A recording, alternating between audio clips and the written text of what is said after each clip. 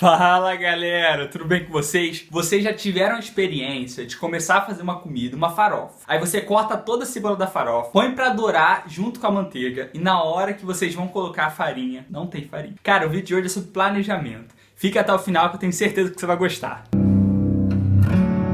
Galera, antes de qualquer coisa, dá o seu joinha, comenta, se inscreve no canal se você não é inscrito, beleza? Cara, planejar. Planejar é uma arte quase, né? Eu sou uma pessoa que se planeja muito desde muito criança, né? Muito engraçado porque eu com 10 anos já me planejava. E tem até uma folha que minha mãe gosta de mostrar para as pessoas. Eu devia estar no 7º ano do ensino médio, eu era gordinho, né? Eu fiz 3 tipos de planejamento. A curto prazo, a médio prazo e a longo prazo. Aí a curto prazo era emagrecer. Aí a médio prazo era assim, me aproximar de Deus. E a longo prazo era passar na faculdade. Mas enfim, planejamento é algo muito interessante, né? E eu acho que o planejamento ele é importante porque a gente, quando tem um objetivo, a gente precisa pensar em como a gente vai atingir aquele objetivo. E não é só na cozinha, por exemplo, que planejamento da cozinha é muito importante. Mas é na vida mesmo, sabe? Se a gente quer atingir algum objetivo, se eu quero passar na faculdade, eu tenho que me planejar em como eu vou fazer isso. Quando eu quero passar na faculdade, quais são os meus recursos. Então o planejamento é uma atitude muito sábia e muito importante. Mas quando a gente pensa no planejamento, aquele planejamento mais rotina mesmo, sabe? Vou me planejar qual é a rotina que eu quero ter. É importante a gente não fazer planejamentos irreais. Uma coisa que eu percebo é que muitas vezes a gente pensa que assim, vou te dar um exemplo. Eu quero passar na faculdade. Aí eu vou estudar 10 horas por dia para passar na faculdade. Só que eu não tenho o hábito de estudar nem 2 horas por dia. E aí eu quero transformar a minha vida em uma pessoa que estuda 10 horas por dia, quando na verdade eu não consigo estudar nem 2. Então a gente tem que ter planejamentos reais, sabe? A gente precisa se preocupar com isso. A gente pode ser otimista no planejamento, mas cara, faça planejamentos reais. Quando eu estava no meu 3º ano de ensino médio, eu fiz muitos planejamentos. E muitos planejamentos que eu fazia, eu botava isso, estudar 10 horas por dia. Só que, cara, eu não conseguia estudar nem 2 horas por dia. E eu sempre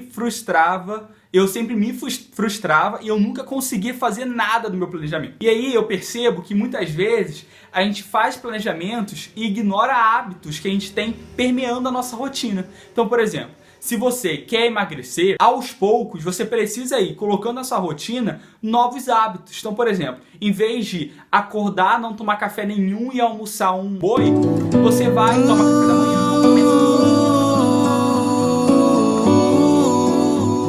Você vai, toma café da manhã. Essa questão do hábito é muito importante, porque o hábito, cara, a gente faz no piloto automático, sabe? E a gente tem que se preocupar em como o hábito vai estar permeando a nossa rotina.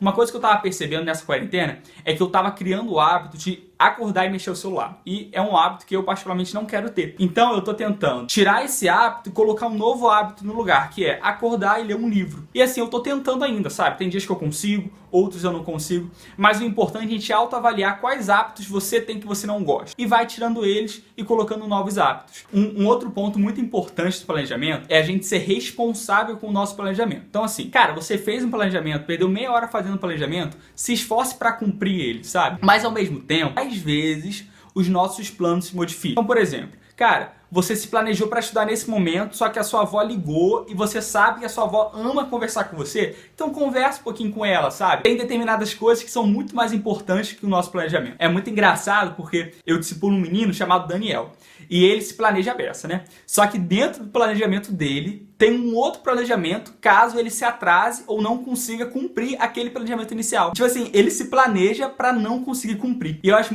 isso muito legal porque tá tudo bem, cara. Tá tudo bem não cumprir o planejamento, sabe? Se esforça para cumprir, mas tem coisas que fogem do nosso controle. Então a gente não pode se estressar com isso. E um outro ponto muito importante disso é entender que Deus ele é Senhor do nosso planejamento. Deus ele é soberano sobre todas as coisas. Ele é Rei dos reis, Senhor dos senhores, aquele que era, que é e que há de vir. Então Deus ele precisa ser o dono do nosso planejamento como ele realmente é. A gente vai ler, por exemplo, em Tiago, quem é o homem para dizer amanhã eu vou para aquela cidade? O homem é pó e ao pó voltará. O homem é uma névoa que aparece e logo se dissipa. Deus ele é soberano sobre a nossa vida. É até engraçado porque tem uma expressão que é a agenda oculta de Deus, né? Cara, Deus tem a sua agenda oculta. Mas em contrapartida, o planejamento é algo espiritual. Deus ele quer que a gente se planeje, cara. Neemias, por exemplo, ele planejou toda a reconstrução dos muros de Jerusalém.